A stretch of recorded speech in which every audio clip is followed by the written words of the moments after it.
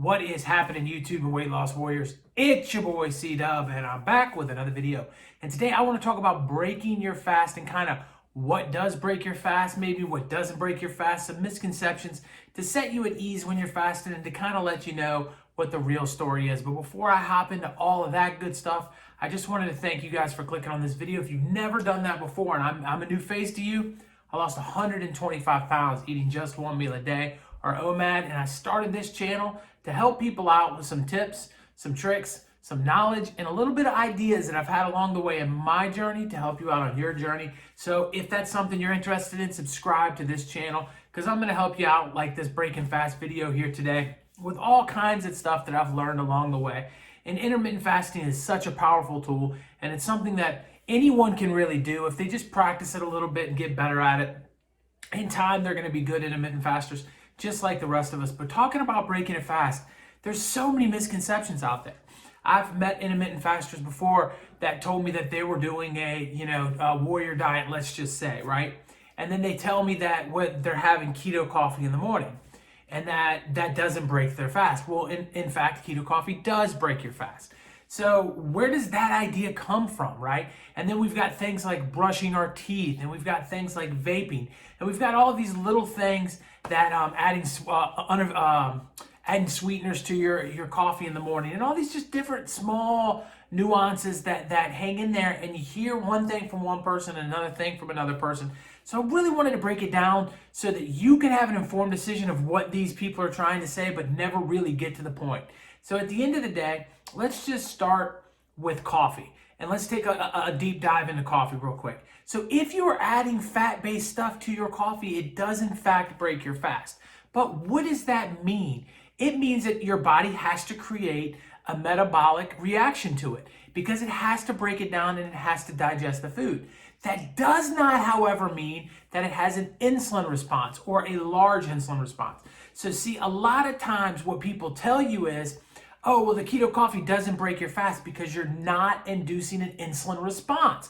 But you are having a metabolic response. You still have to burn that energy. So here's a situation where there's two different things coming at you. Depending on how somebody words it, it gets confusing. So here's the bottom line. If you're in it for weight loss purposes and you're worried about your insulin levels moving, then you're fine having a keto coffee in the morning. It's not going to move your insulin. However, sometimes keto coffee can be upwards of 400 calories. So keep that in mind. That energy still has to be used throughout the day.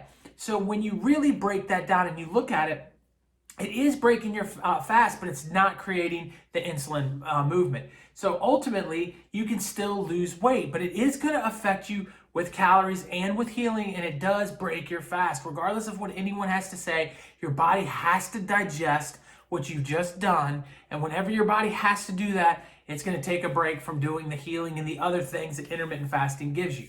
So that adding creamer, for example, does break your fast as well. And if you think about it though, if the creamer is getting you through your day with 1 cup of coffee and your goal is weight loss, not healing, then what is the difference? You're barely putting any calories in there and you're moving your insulin just a little bit, and you're still probably going to have great results on the scale. You can go back and take a look at 6 Miles from Supper and Kayla Cox to see that she put creamer in her coffee and lost over 80 pounds. So it absolutely can be done. So you got to keep that in mind. Oftentimes we hear that toothpaste breaks your fast.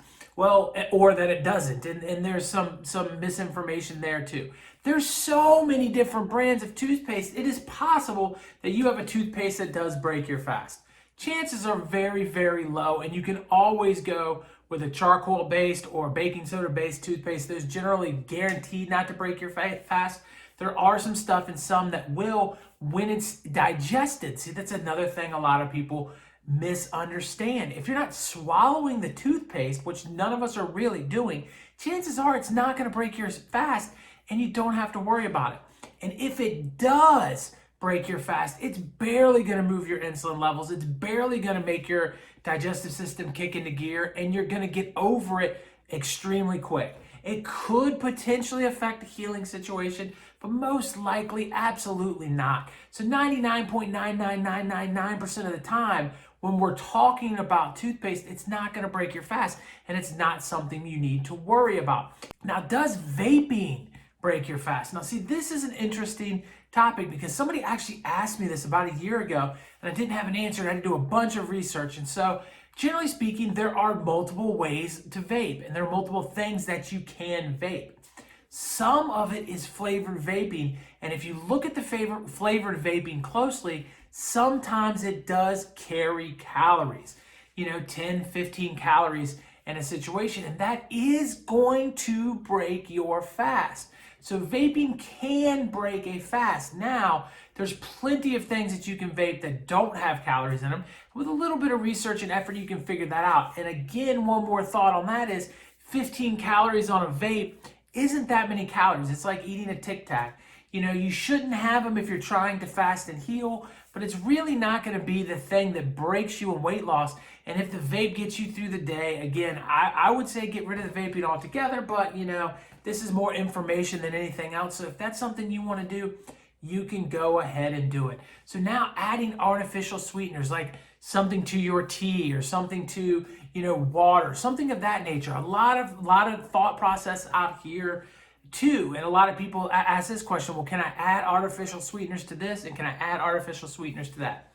Most artificial sweeteners in most people are not going to break your fast. Again, you can look at the calorie content. Most of them don't have any, and most of them you're going to be A-okay as far as your fast is concerned. But if you notice, I said most of the time, because there are studies out that say somewhere between 1 and 5% of people do have an insulin response to artificial sweeteners. Their insulin levels rise, knocking them out of a healing fast, starting their digestive system, and hampering their weight loss in the process. So if you are in that 1 to 5% range, you could be the one that has this response.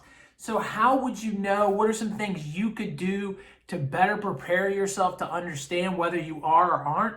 Well, one, if you've lost the weight already, or you're in the middle of the journey and you've been drinking 0-calorie drinks or artificial sweeteners this whole time, and you're still losing weight, chances are you're not in that 1 to 5%, and just keep going about what you're doing. If you get to a point in which you smacked in the face with a plateau and you can't seem to move the scale in any direction and you're struggling there, that's a chance to maybe take a step back and say, okay, why am I struggling? And maybe I weed off these and see if it starts moving again, but most likely it's okay.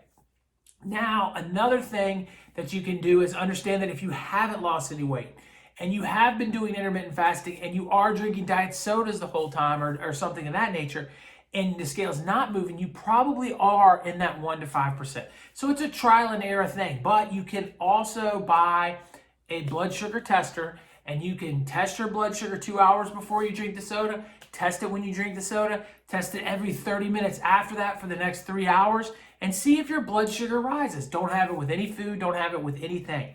There are plenty of people, despite what you will hear on the internet, and despite what a lot of the mainstream channels will tell you, there are plenty of people that have done this experiment online with their blood sugar and come back without moving their blood sugar, and in most cases improving their blood sugar after having a diet soda. It will continue to drop during the course of the rest of their fast. So ultimately, I think that you're worried about much to do about nothing.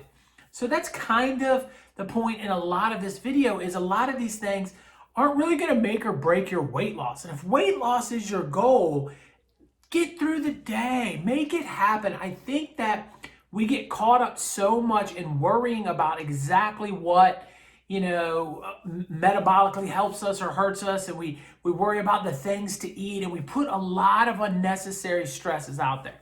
If you're eating for 1 hour of the day, you're probably not going to gain weight unless you're just eating complete junk. I don't recommend that you do that. And even if you're eating in a 4 or 6 hour window, the chances of you overeating are going to be much more limited than a person that's on a standard diet.